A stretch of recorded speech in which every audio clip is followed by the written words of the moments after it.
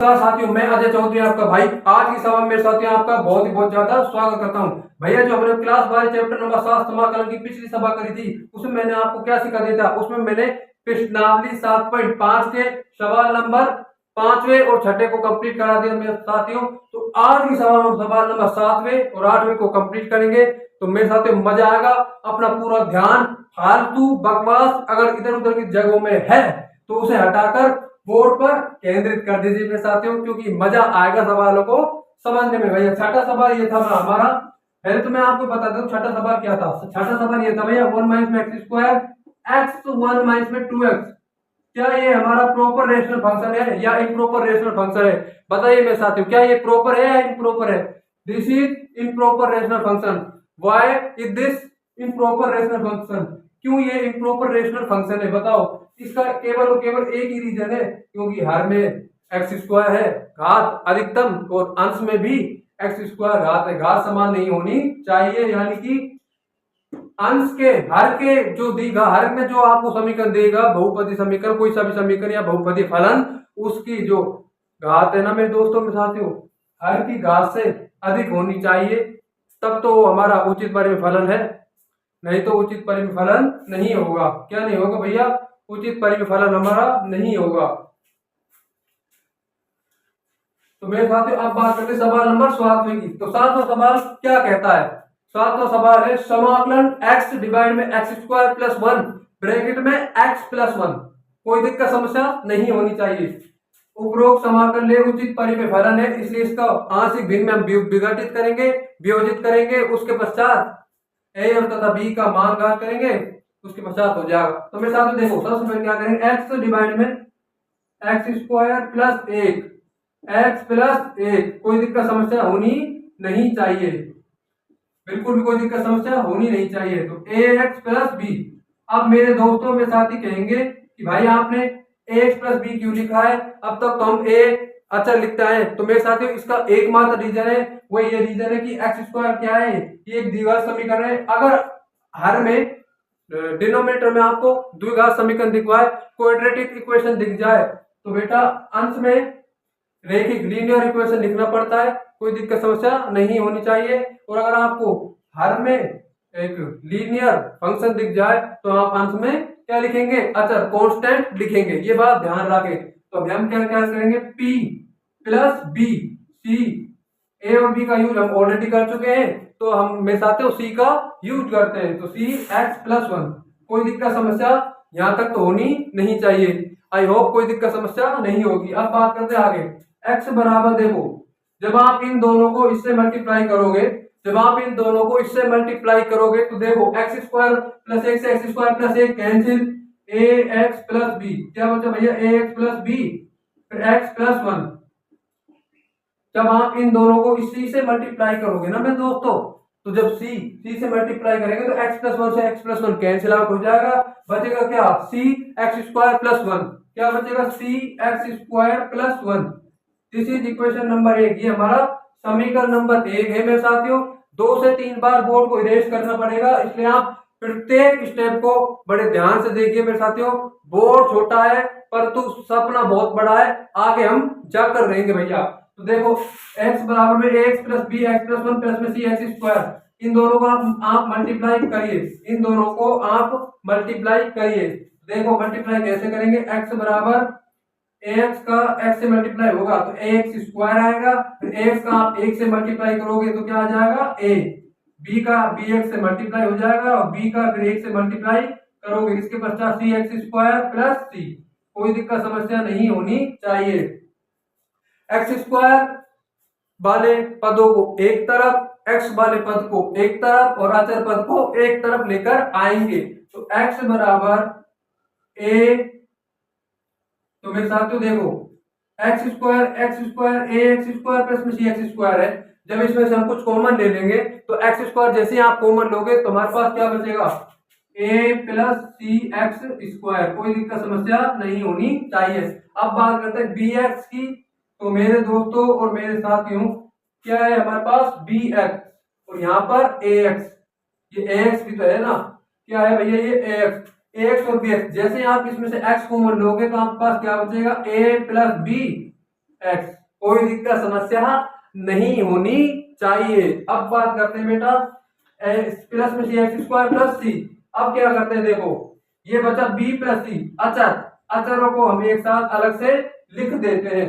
अब मेरे साथियों और मेरे दोस्तों, हमें ए बी सी का मान ज्ञात करना होगा। तो ए बी सी का मान हम कैसे ज्ञात करेंगे, आइए समझते हैं।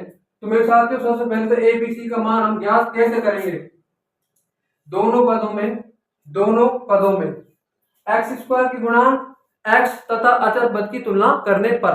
तो देखो एक्स स्क्वायर के गुणांक क्या है, ए प्लस सी, और इधर की तरफ एक्स स्क्वायर नहीं है, इसलिए क्या लिखेंगे मेरे साथियों, जीरो।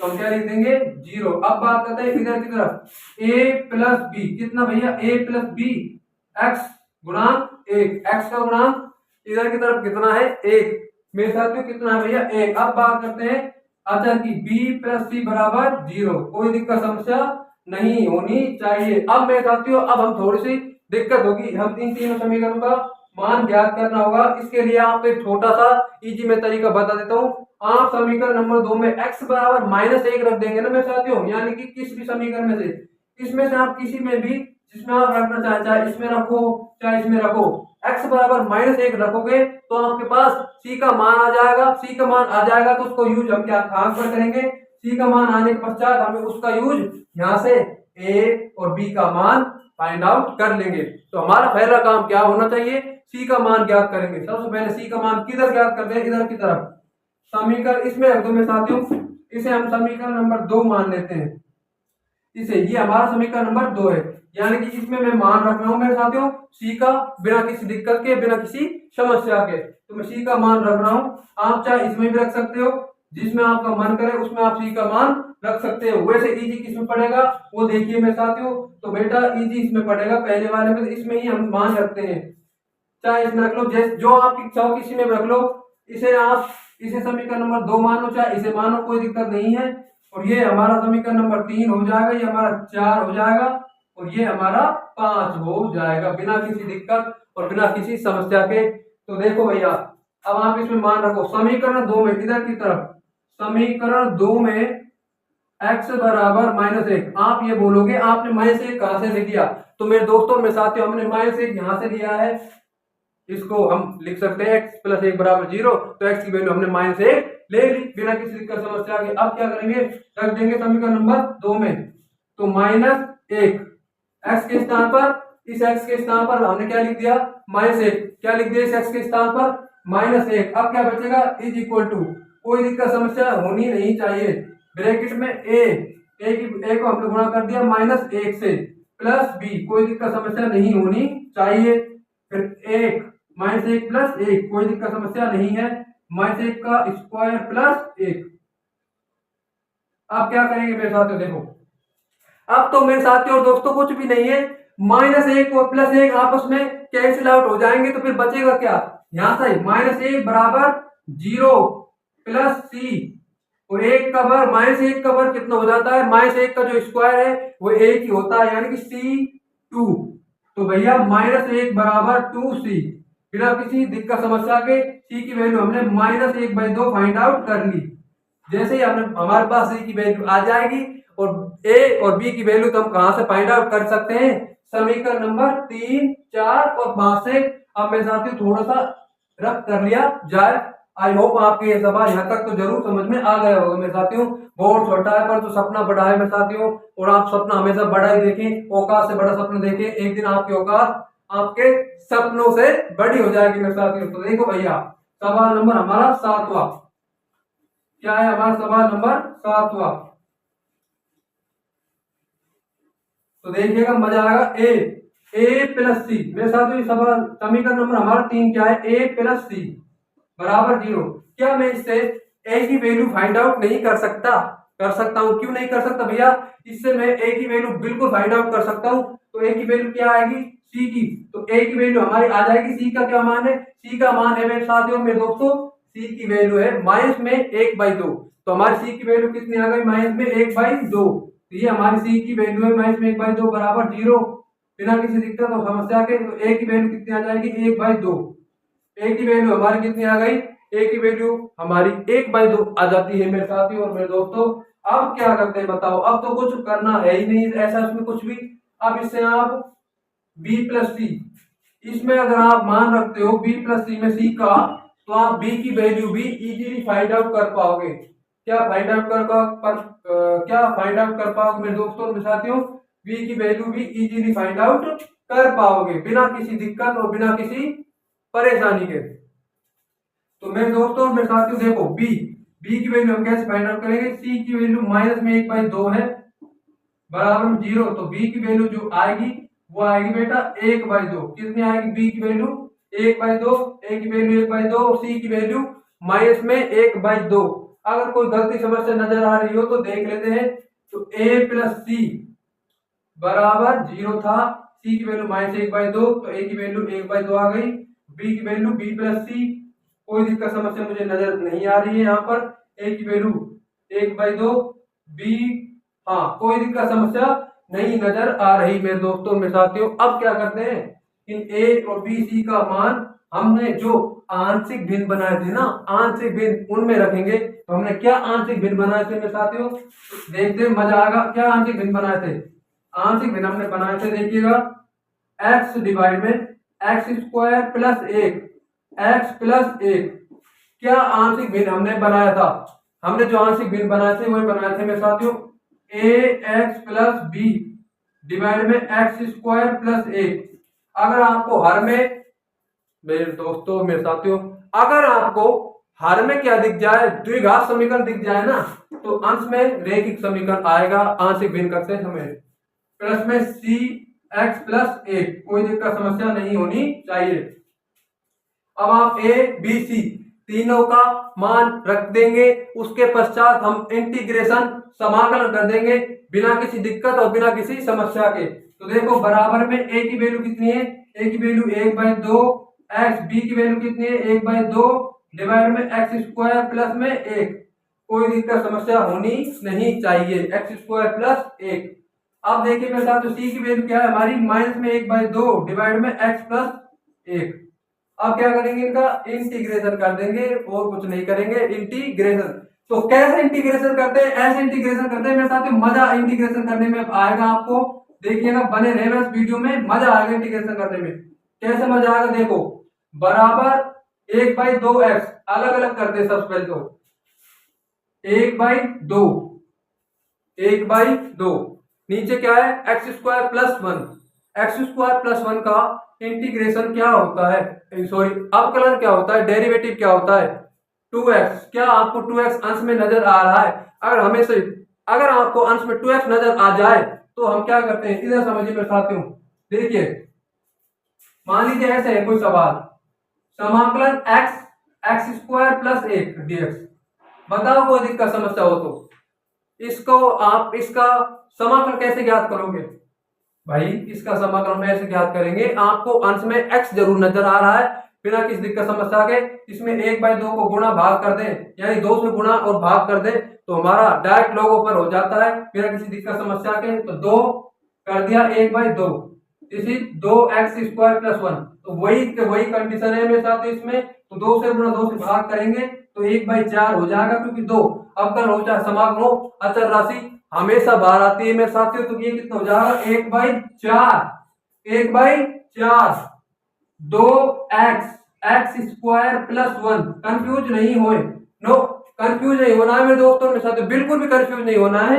मैंने 2 से गुना किया है और 2 से भाग किया है, तो जैसे 2 से गुना भाग करेंगे भाई 2x हो जाएगी अंश में, तो और हर में 2 है, 2 बाहर आ जाएगी, 1/4 अवकलन हो चाहे समाकलन हो, अचर राशि हमेशा बाहर आ जाएगी। अब बात करते हैं 1/2 ऑलरेडी बाहर आ गई, उससे पहले 1/2 ये बाहर आ चुकी है, 1/x² प्लस 1, 1/x² प्लस 1 याद आ जाना चाहिए। इसको देखकर एक चीज याद आनी चाहिए, वो है tan इनवर्स x।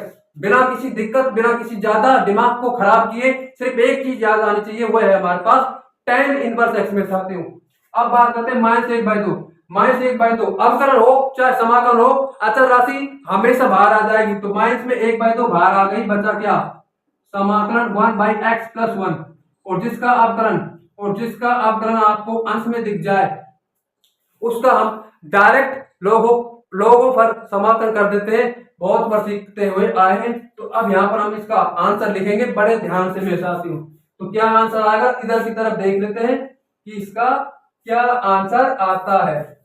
इसका क्या आंसर आता है, पीडीएफ नोट्स टेलीग्राम ग्रुप पर आपको मिल जाएंगे मेरे साथियों, इसलिए डिस्क्रिप्शन बॉक्स में टेलीग्राम ग्रुप की लिंक मैंने आपको दे दी है। तो देखो भैया, तो अब बात करते हैं इसका आंसर कैसा आएगा, 1/4।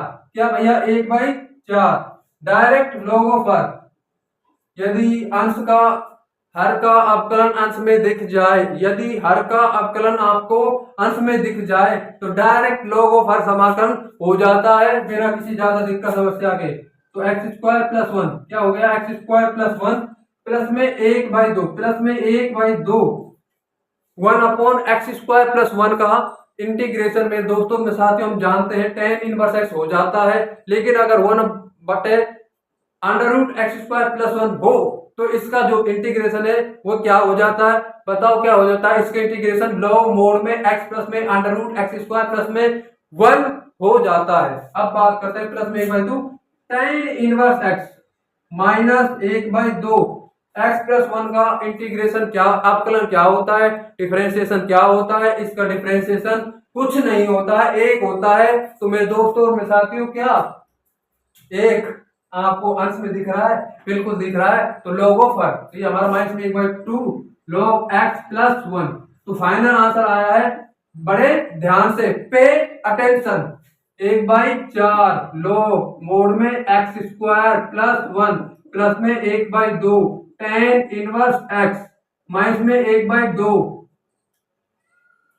1/2 log मोड में x + 1 + c is the correct answer मेरे साथियों। यही हमारा करेक्ट आंसर है। अब अगले सवाल की तरफ मूव करते हैं। अगला सवाल, 8वां सवाल हमारा क्या कहता है, मजा आ गया मेरे साथियों 8वां सवाल में करने में, कि 8वां सवाल अब क्या कहता है। 8वें सवाल को भी उड़ा देंगे मेरे साथियों। तो 8वां सवाल हमारा क्या कहता है भैया, बड़े ध्यान से देखिएगा। 8वें सवाल को कंप्लीट करते हैं, इसको भी उड़ा देंगे मेरे साथियों। 8वां सवाल हमारा क्या कहता है भैया, तो 8वां सवाल हमारा कहता है, हमने इसको लिख दिया है एनसीईआरटी की टेक्स्ट बुक में से। किसमें से लिखा है मेरे साथियों, एनसीईआरटी की टेक्स्ट बुक में से। हमें क्लास 11 और 12 की एनसीईआरटी को एकदम कंप्लीट करके चलना है, फिर एनडी लेवल के सवाल करेंगे मेरे साथियों, मजा आ गया स्टडी में। तो सवाल क्या है भैया, 8वां है x डिवाइड में x - 1 का होल स्क्वायर ब्रैकेट में x + 2। क्या दिक्कत है, क्या समस्या नहीं है, क्या ये उचित परिमेय फलन है। और उचित परिमेय फलन को ज्ञात करने के लिए, उचित परिमेय फलन को समझने के लिए, पता लगाने के लिए हम क्या करते हैं, हर में x की घात को देखते हैं। जो अंश में x की घात से अधिक होती है तो उचित परिमेय फलन, अगर अधिक नहीं होती है या फिर कम होती है या फिर बराबर होती है तो उसे हम कहते हैं कौन सा फलन, इम्प्रॉपर रैशनल फंक्शन। तो बात करते हैं बेटा उचित परिमेय फलन की, हो गया। अब इसका आंशिक भिन्न कर लेते हैं। बिल्कुल उचित परिमेय फलन है, बोलोगे तो x² आएगा, फिर x का इससे गुना होगा तो उसकी पावर 3 आ जाएगी, कोई दिक्कत नहीं है। अब बात करते हैं इसका आंशिक भिन्न, डिवाइड में x, आंशिक भिन्न नोट्स डिस्क्रिप्शन बॉक्स में टेलीग्राम ग्रुप का है, प्लीज उसे ज्वाइन करें। x + 2 बराबर में a x - 1 का स्क्वायर, x - 1 प्लस b। इसका आंशिक भिन्न कैसे करते हैं, देखिए a डिवाइड में x - 1 प्लस में b x - 1 square plus c x + 2। क्या भैया, x + 2। अब क्या दिक्कत है, क्या समस्या है, कोई दिक्कत समस्या नहीं है। जब आप इनको मल्टीप्लाई करोगे, जब ऐसे आप इन दोनों को मल्टीप्लाई करोगे ना तो x - 1 से x - 1 कैंसिल आउट हो जाएगा, बचेगा क्या, केवल x - 1 और x + 2। तो a x - 1 x + 2। और जब आप इसको b से मल्टीप्लाई करोगे ना तो x - 1 से का होल स्क्वायर आपस में कैंसिल आउट हो जाएगा, x - 1 का होल स्क्वायर कैंसिल आउट हो गया, बचेगा क्या मेरे साथियों, bx + 2।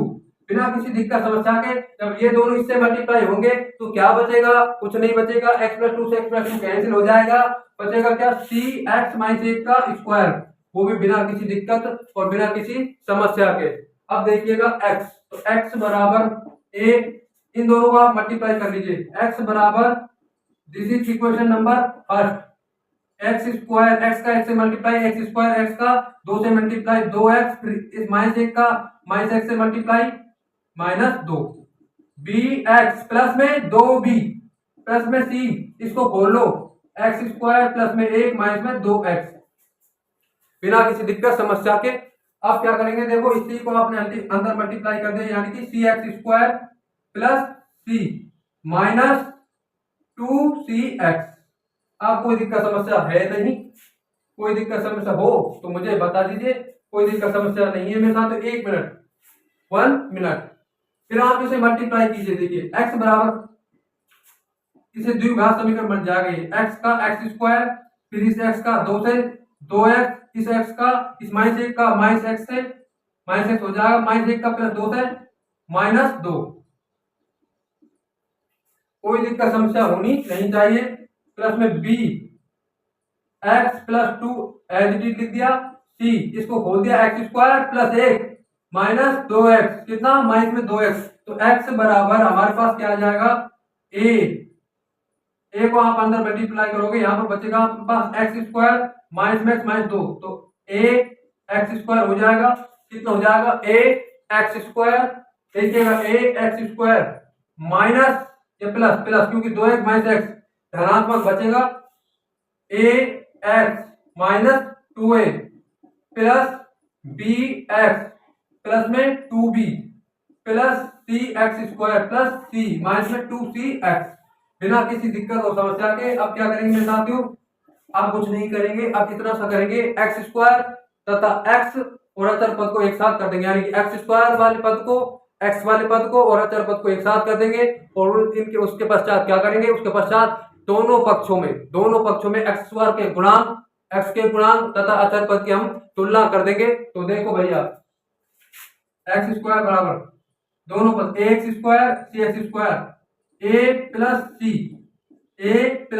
एक्स स्क्वायर, दोनों में से हमने कॉमन ले लिया, ए एक्स स्क्वायर प्लस में सी एक्स स्क्वायर में हमने कॉमन ले लिया, ए प्लस सी एक्स स्क्वायर। अब बात करते हैं ए एक्स प्लस बी एक्स, और क्या है मेरे साथियों, माइनस में 2cx। जब इन तीनों में से आप x कॉमन लोगे तो आपके पास क्या बचेगा, आपके पास a plus B minus 2c, कितना माइनस में 2cx। वीडियो थोड़ा लंबा हो जाएगा मेरे साथियों, कि सवाल ही लेंदी है, क्या करें, a प्लस बी माइनस में 2cx। अब बात करते हैं अचर पद क्या क्या है, अचर पद क्या क्या है, माइनस में 2a प्लस में 2b, तो माइनस 2a प्लस में 2b प्लस c, माइनस में 2a प्लस में 2b प्लस c।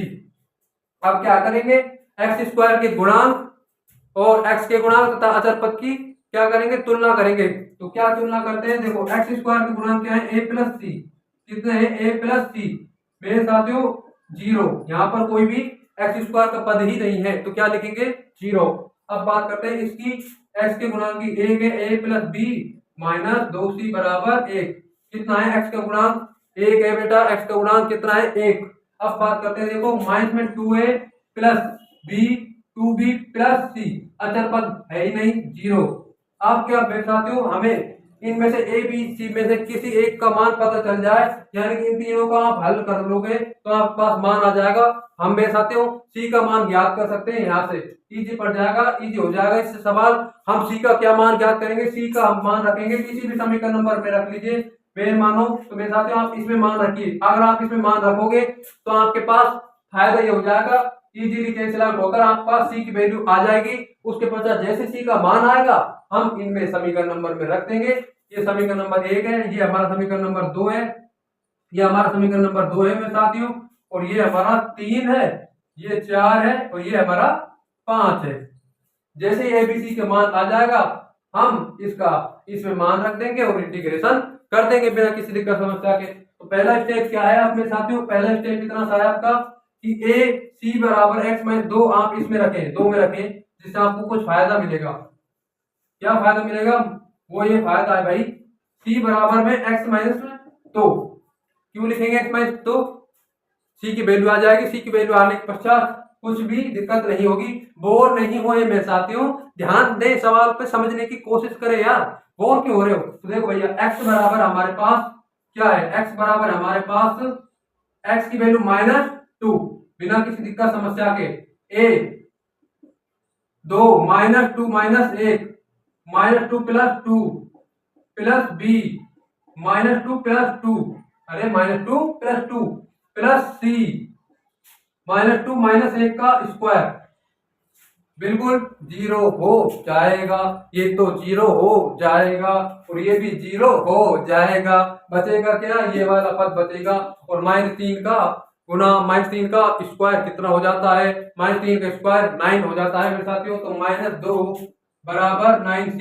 तो c की वैल्यू हमने फाइंड आउट कर ली -2/9। अब हमारे पास c की वैल्यू आ चुकी है। जब c की वैल्यू आ चुकी है तो a और b की वैल्यू याद करना तो बिल्कुल आसान हो जाता है।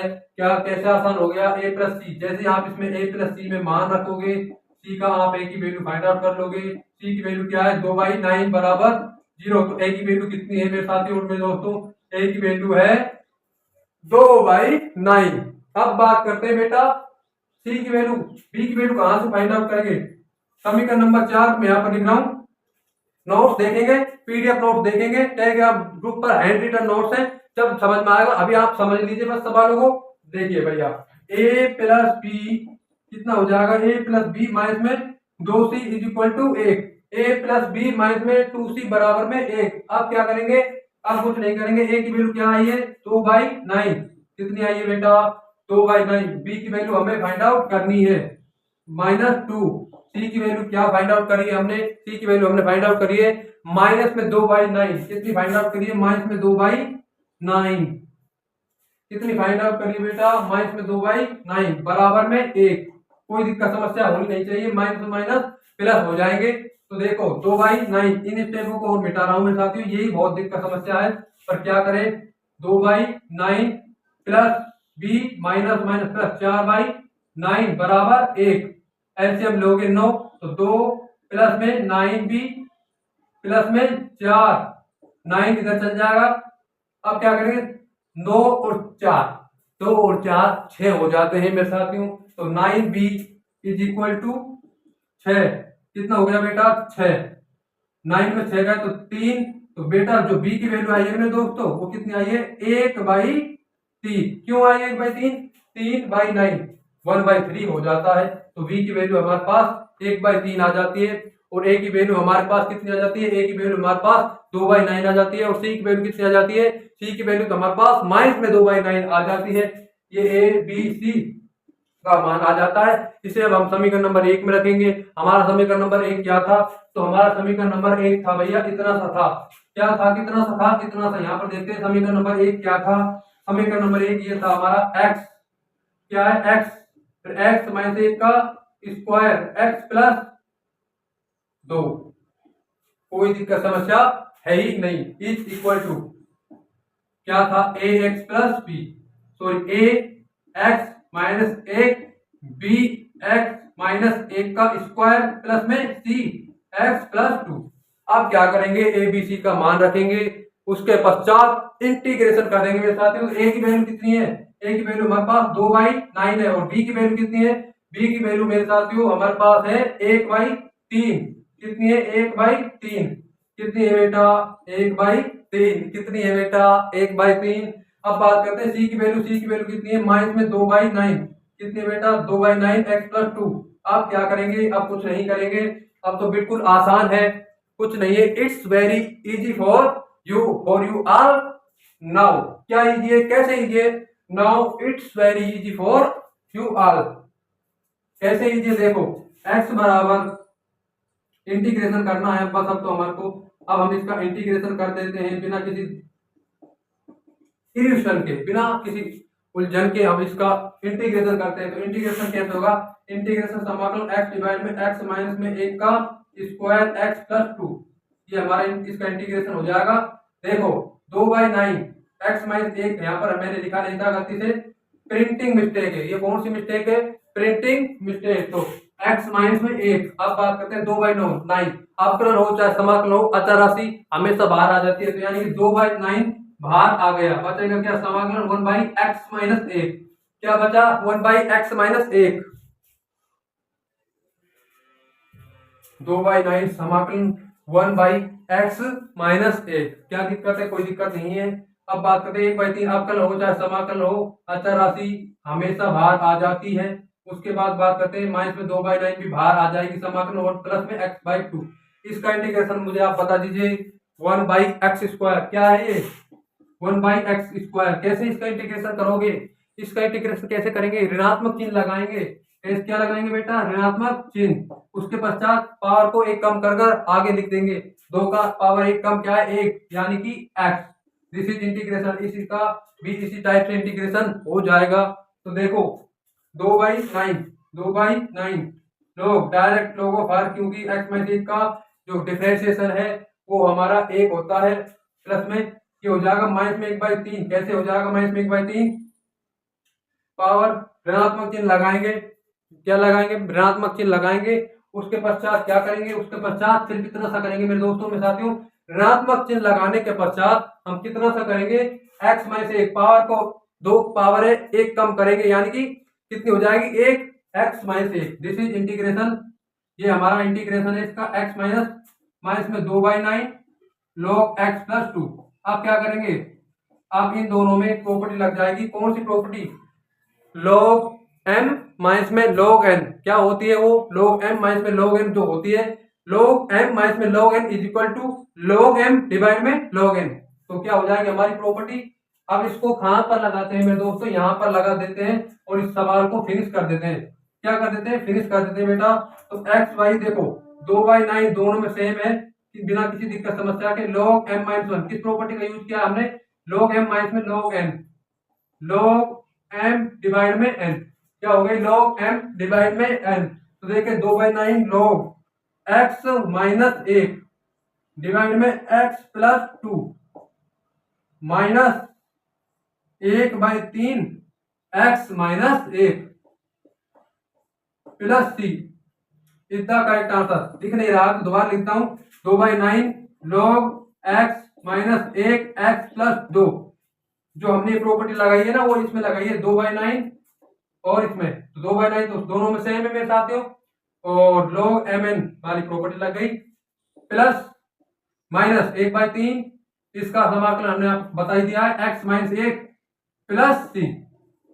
This is the final answer for this question. I hope मेरे साथियों आपको इस सभा से बहुत कुछ सीखने को मिला होगा। सभा काफी लंबी हो गई मेरे साथियों, परंतु कोई दिक्कत नहीं है। सभा लंबे थे तो सभा तो लंबी होगी। अगर आपको कुछ भी सीखने को मिला हो तो प्लीज इस ज्ञानी मैथ्स फिजिक्स यूट्यूब चैनल को जरूर सब्सक्राइब करें। Thanks for watching.